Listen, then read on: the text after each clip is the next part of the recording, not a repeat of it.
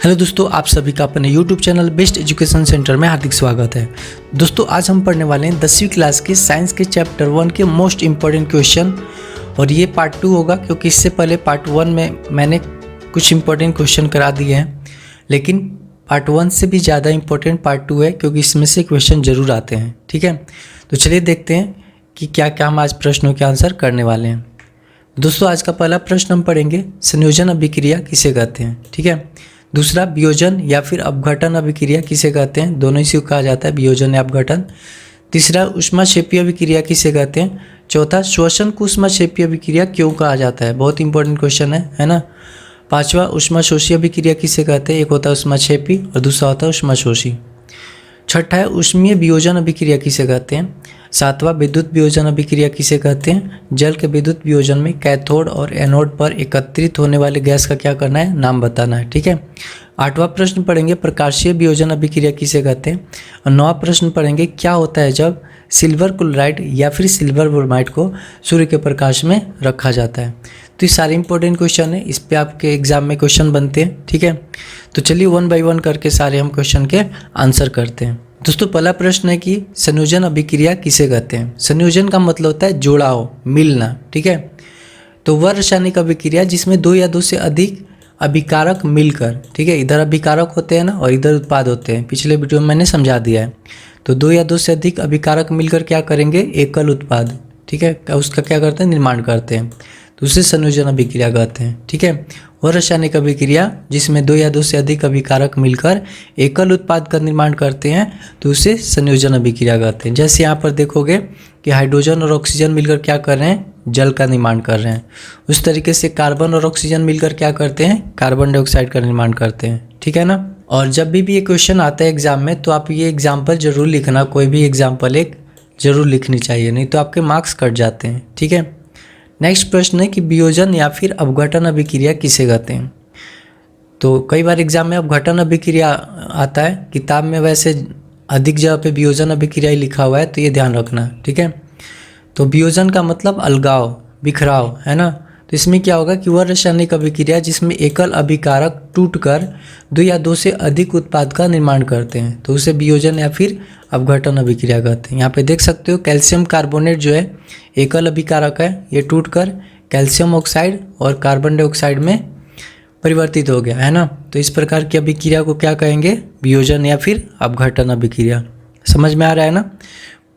Copy पर इसे अच्छे से नोट कर लेना, याद करने में दिक्कत ना हो, या फिर दोबारा इस वीडियो को देख लेना, याद हो जाएगा। ठीक है, काफ़ी सिंपल वे में मैंने क्वेश्चन का आंसर लिखा हुआ है जिससे आप आसानी से याद कर सकते हो।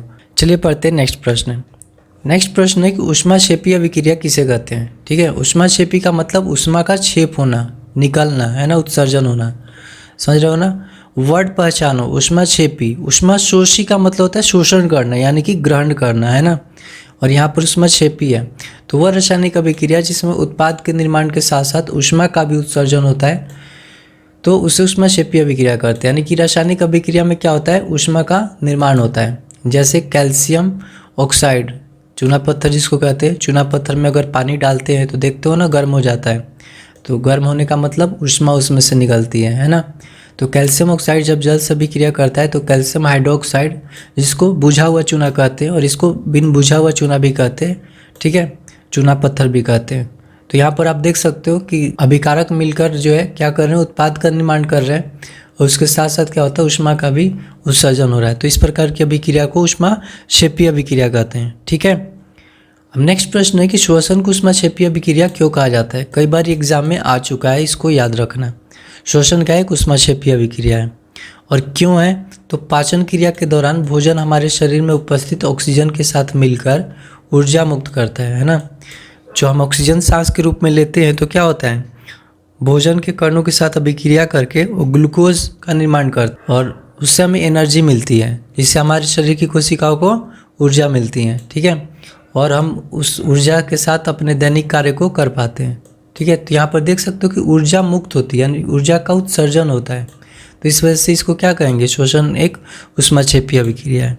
ये आपका रिएक्शन हो गया अभिक्रिया। इस प्रकार से एग्जाम में जरूर लिख लेना। मैं बार बार कह रहा हूँ कि आप इसके एग्जाम्पल या फिर जो भी अभिक्रिया दिया गया लिखना चाहिए, नहीं तो इसी से आपके नंबर कट जाएंगे।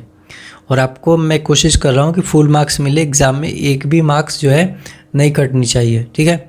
तो ये ग्लूकोज का सूत्र होता है C6H12O6 और ऑक्सीजन के साथ रिएक्ट कर क्या करता है, कार्बन डाइऑक्साइड का निर्माण करता है। जो हम श्वसन जब सांस छोड़ते हैं तो ये कार्बन डाइऑक्साइड का उत्सर्जन करते हैं, इसके साथ जल का निर्माण होता है और साथ में क्या मिलती है हमें, ऊष्मा यानी कि ऊर्जा प्राप्त होती है, ठीक है।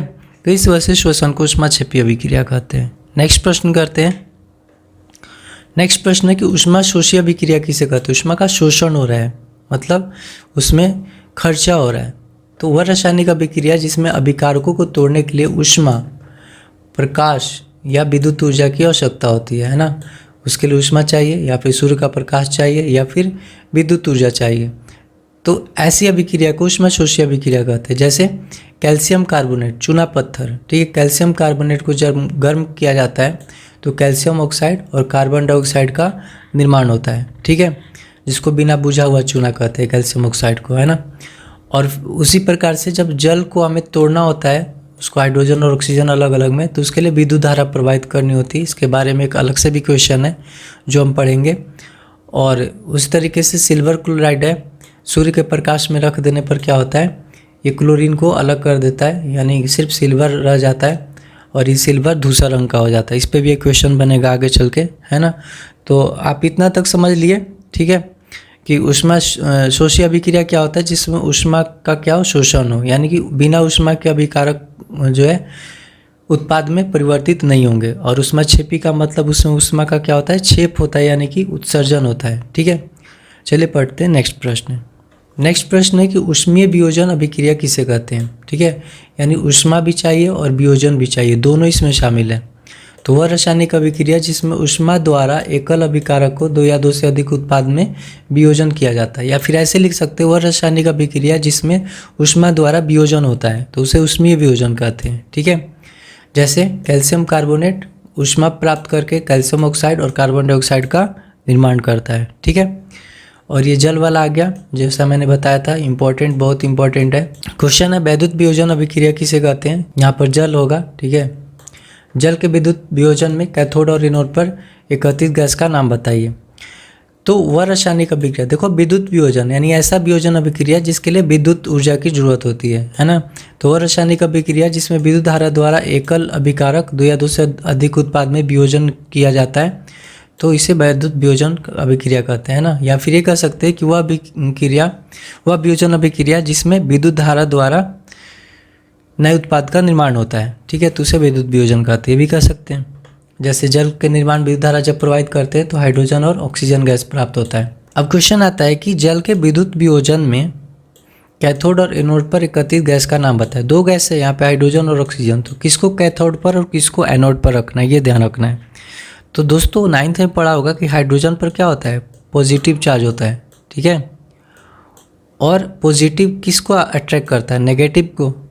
और नेगेटिव कौन होता है, कैथोड होता है। तो इस कैथोड पर जो है ना कौन प्राप्त होता है, हाइड्रोजन।